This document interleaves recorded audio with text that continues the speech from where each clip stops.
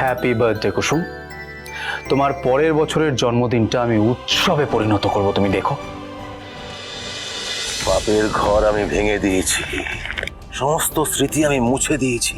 কেউ কোনোদিন জানতে পারবে না আমার মেয়ে মনে মনে ভয়ানক একটা স্বপ্নের তাজমহল গড়ে তুলেছিল। কুসুম, তোর আর আয়ুষ বাবার সমস্ত স্মৃতি আমি মুছে দিয়েছি।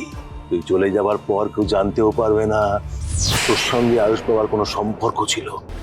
তুই মরে যাওয়ার পর তোর গায়ে আমি কোনো কলঙ্ক রাখতে দেব না কুসুম। তুই শান্তিতে ঘুমবি, পরম শান্তিতে।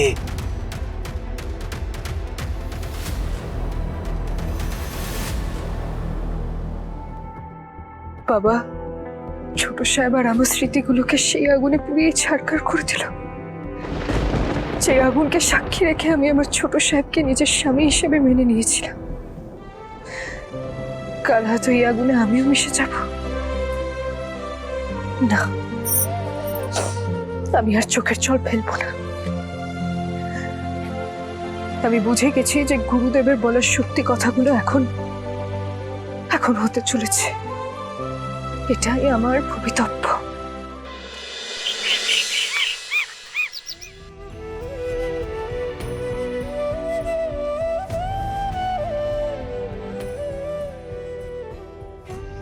আজকের পর তো আপনাকে আর ফুল দিতে আসবে না ছোট সাহেব, তাই এই ফুলটা রেখে গেলাম।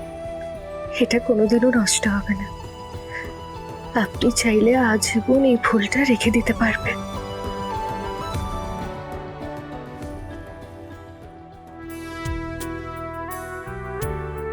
আপনি কেন? তুমি কি অন্য কাউকে এক্সপেক্ট করছিলে?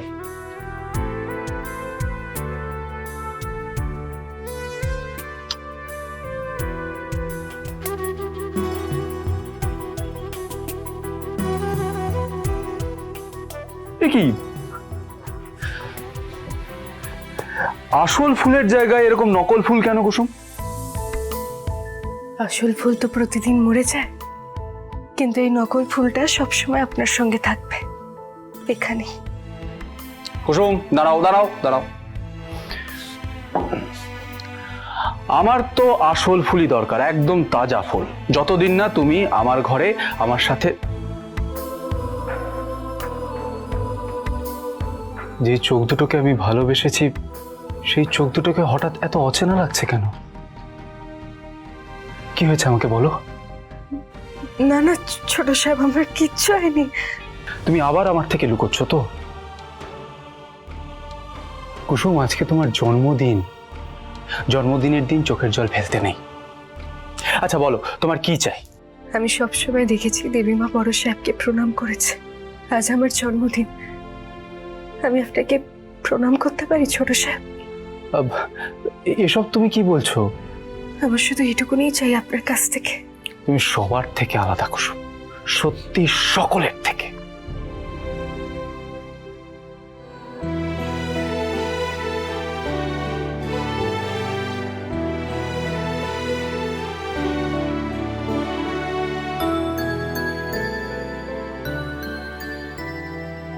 হ্যাপি বার্থডে কুসুম। তোমার পরের বছরের জন্মদিনটা আমি উৎসবে পরিণত করব, তুমি দেখো।